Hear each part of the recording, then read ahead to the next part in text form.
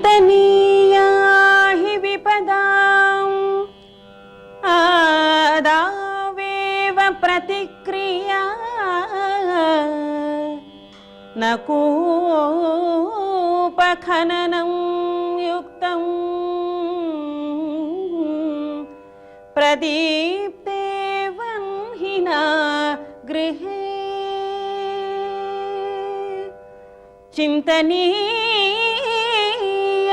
हि विपदाम् आदावेव प्रतिक्रिया न कूपखननं युक्तं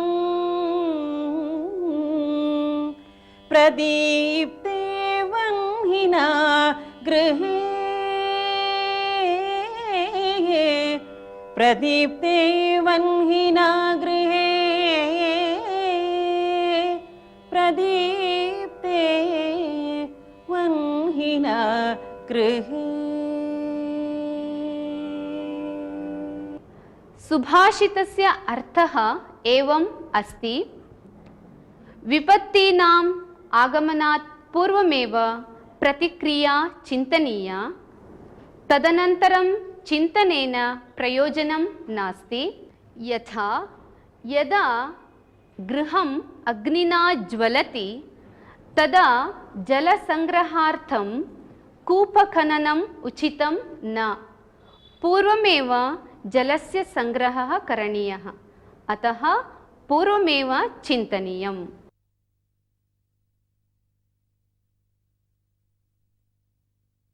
जलबिन्दुनिपातेन क्रमशः पूर्यते घटः स हेतुः सर्वविद्यानां धर्मस्य च धनस्य च। जलबिन्दुनिपातेन क्रमशः पूर्यते घटः स हेतुः सर्वविद्यानां धर्मस्य च धनस्य च। श्रुतस्य सुभाषितस्य अर्थः एवमस्ति। क्रमशः जलं पतति नलिकातः, परन्तु पात्रम् अवश्यं पूर्णं भवति। यद्यपि बिन्दुशः पतति अल्पमिति जनः न त्यजति, क्रमशः पात्रं पूर्णं भवति। एवमेव विद्यायाः संग्रहः अपि क्षणशः कणशः भवति, सः अग्रे पूर्णः भविष्यति। एवमेव धर्मकार्याणि अपि सः कुर्वन् गच्छतु जीवने अवश्यं धर्मिष्ठः भवति। एवमेव विद्यायाः सम्पादनं धनस्य सम्पादनमपि तथैव। कणशः धनसम्पादनं करणीयम्, एकनाणकं नाणकद्वयं नाणकत्रयम् इति न त्यक्तव्यं, सर्वमपि सङ्गृह्य सङ्गृह्य सः अग्रे प्रभूतं धनं सम्पादयिष्यति। एवं सुभाषितकारः वदति, विद्यायाः सम्पादनं धनस्य सम्पादनं धर्मस्य सम्पादनं क्रमशः भवति, सः पूर्णः भवति। सुलभाः पुरुषाः लोके सततं प्रियवादिनः अप्रियस्य च पथ्यस्य वक्ता श्रोता च दुर्लभः सुलभाः पुरुषाः लोके सततं प्रियवादिनः अप्रियस्य च पथ्यस्य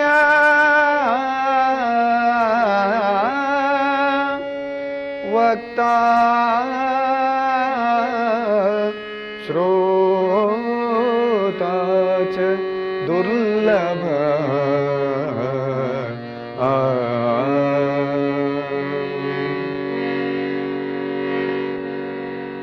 इदानीं यत् सुभाषितं श्रुतवन्तः तस्य तात्पर्यम् एवमस्ति। लोके प्रियवाक्यानि वक्तुं सर्वेपि उत्सहन्ते एव, तथैव श्रोतुम् अपि बहुजनाः सज्जाः भवन्ति। अप्रियं किन्तु हितकरं तादृशवचनानि केचन एव वदन्ति, तथैव तानि वचनानि श्रोतुं केचन एव उत्सहन्ते। अतः एव लोके अप्रियस्य पथ्यस्य वचनस्य श्रोता वक्ता द्वौ अपि दुर्लभौ। वयम् इदानीम् एकं सुभाषितं शृणुमः। मातेव रक्षति पितेव हिते नियुङ्क्ते कान्तेव चाभिरमयत्यपनीय खेदम् लक्ष्मीं तनोति वितनोति च दिक्षु कीर्तिम् किं किं न साधयति कल्पलतेव विद्या मातेव रक्षति पितेव हिते नियुङ्क्ते कान्तेव च अभिरमयति अपनीय खेदम् लक्ष्मीं तनोति वितनोति च दिक्षु कीर्तिम् किं किं न साधयति कल्पलतेव विद्या किं किं न साधयति कल्पलतेव विद्या किं किं न साधयति कल्पलतेव विद्या।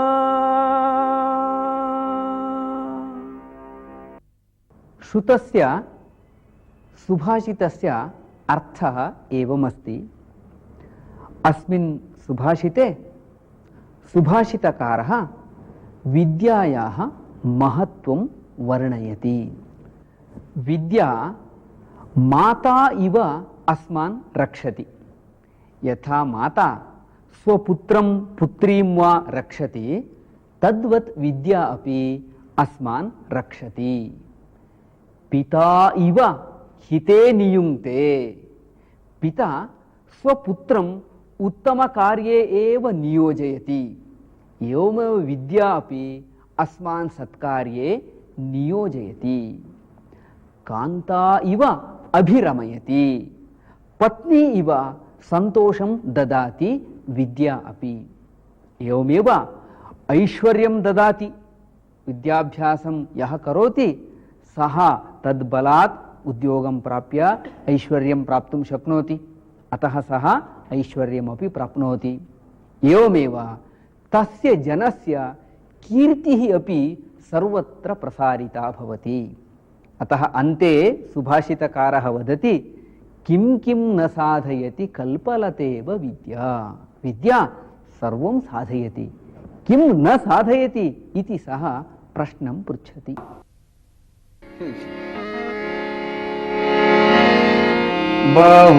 बहूनाम् अल्पसाराणाम् संहतिः कार्यसाधिका तृणैः गुणत्वमापन्नैः बध्यन्ते मत्तदन्तिनः बहूनाम् अल्पसाराणाम् संहतिः कार्यसाधिका तृणैः गुणत्वमापन्नैः बध्यन्ते मत्तदन्तिनः।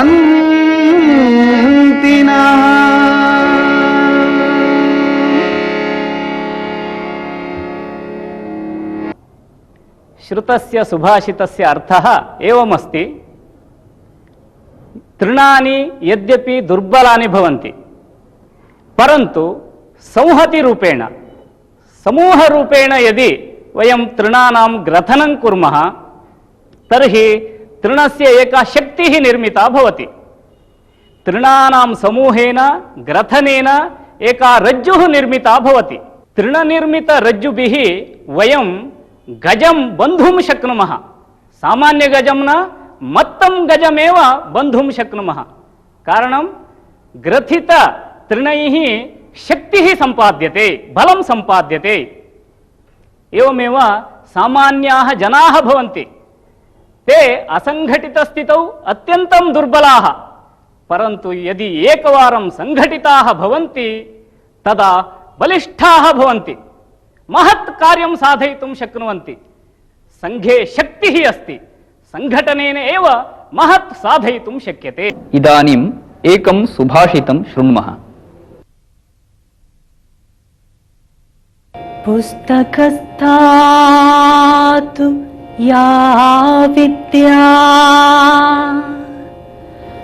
पुस्तकस्थातु या विद्या, परहस्तगतं धनम्, कार्यकाले समुत्पन्ने न सा विद्या न तद्धनम्, कार्यकाले समुत्पन्ने न सा विद्या न तद्धनम्, पुस्तकस्थातु या विद्या, पुस्तकस्थातु या विद्या, परहस्तगतं धनम्, कार्यकाले समुत्पन्ने न सा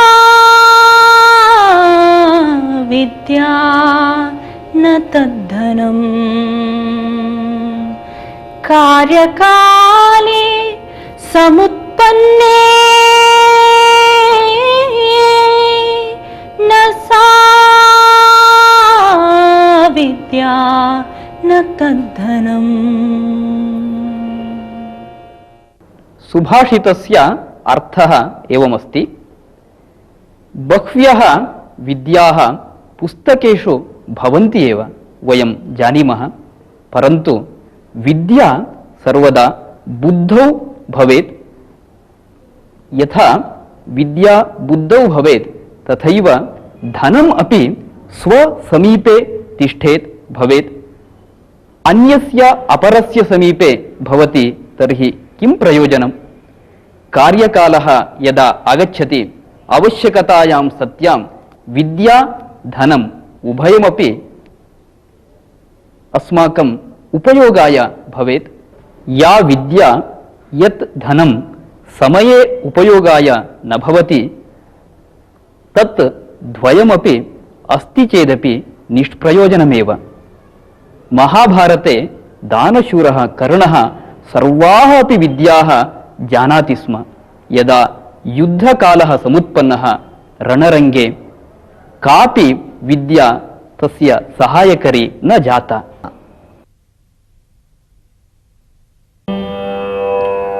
उपार्जितानां वित्तानां त्याग एव हि रक्षणम्,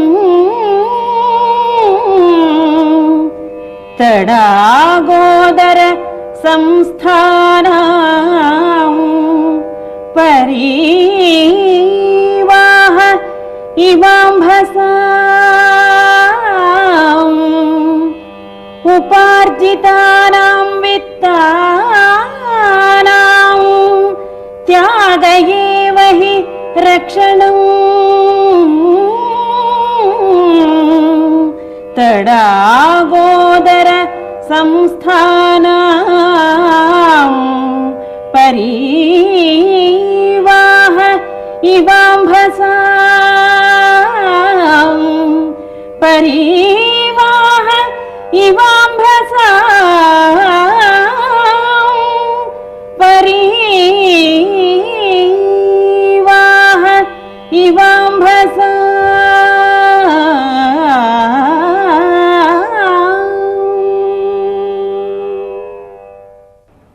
सुभाषितस्य अर्थः एवमस्ति।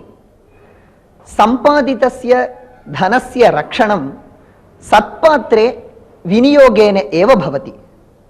स एव धनरक्षणस्य उत्तमः मार्गः।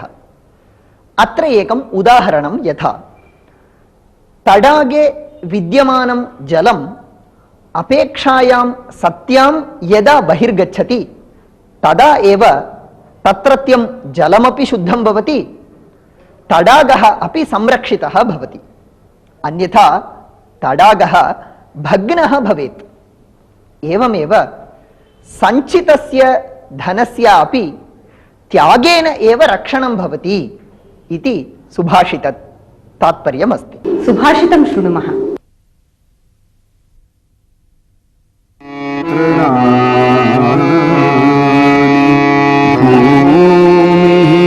उदकं वाक्चतुर्थी च सूनृता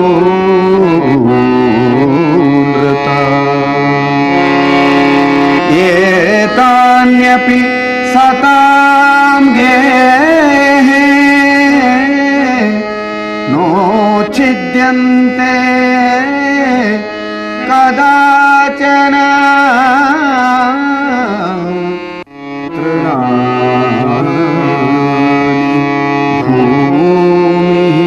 उदकं वाक्चतुर्थी च सूनृता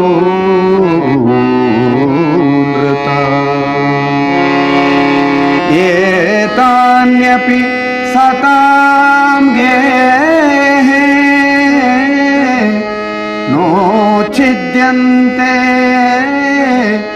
कदाचन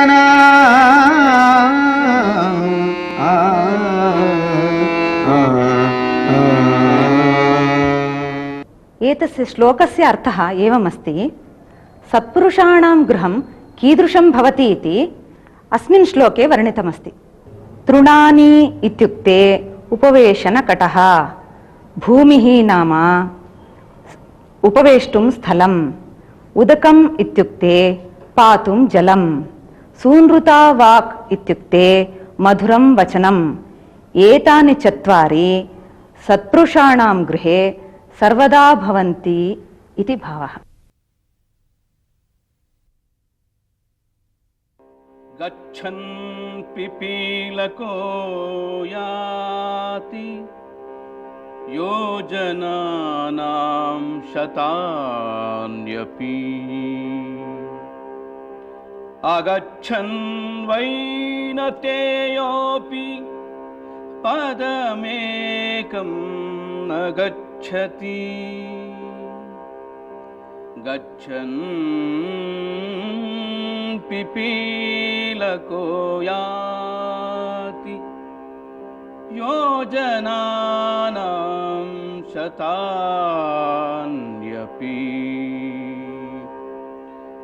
गच्छन् पिपीलको याति योजनानां शतान्यपि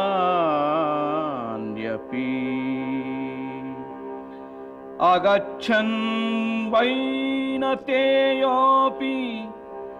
आगच्छन् वैनतेयोऽपि पदमेकं न गच्छति पदमेकं न गच्छति। तस्य अर्थः एवम् अस्ति। पिपीलकः नाम लघुः जन्तुः। सः यदा प्रयत्नशीलः भवति सः 100 योजनानि अपि गन्तुं शक्नोति। वैनतेयः सः बलवान् गरुडः। सः प्रयत्नं यदा न करोति सः बलवान् अपि एकं पदमपि अग्रे गन्तुं न शक्नोति। अतः अस्माभिः सर्वदा प्रयत्नः करणीयः एव। आत्मार्थं जीवलोकेऽस्मिन् को न जीवति मानवः।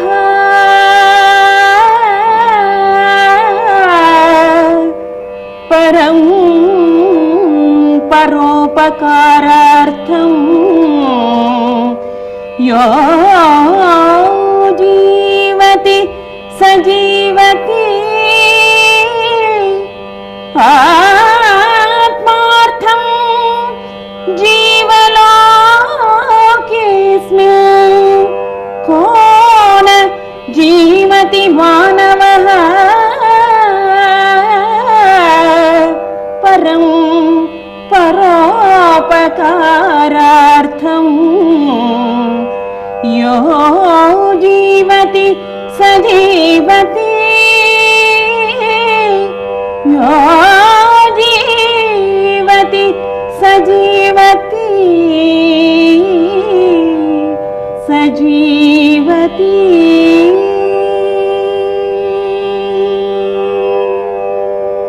सुभाषितस्य अर्थः एवमस्ति। स्वस्य निमित्तं सर्वे मानवाः जीवन्ति, तत्र आश्चर्यं किमपि नास्ति। किन्तु यः अन्येषाम् उपकाराय, सेवायै, सन्तोषाय, हिताय जीवति सः एव वास्तविकतया जीवति। तस्य जीवनमेव धन्यम् इति।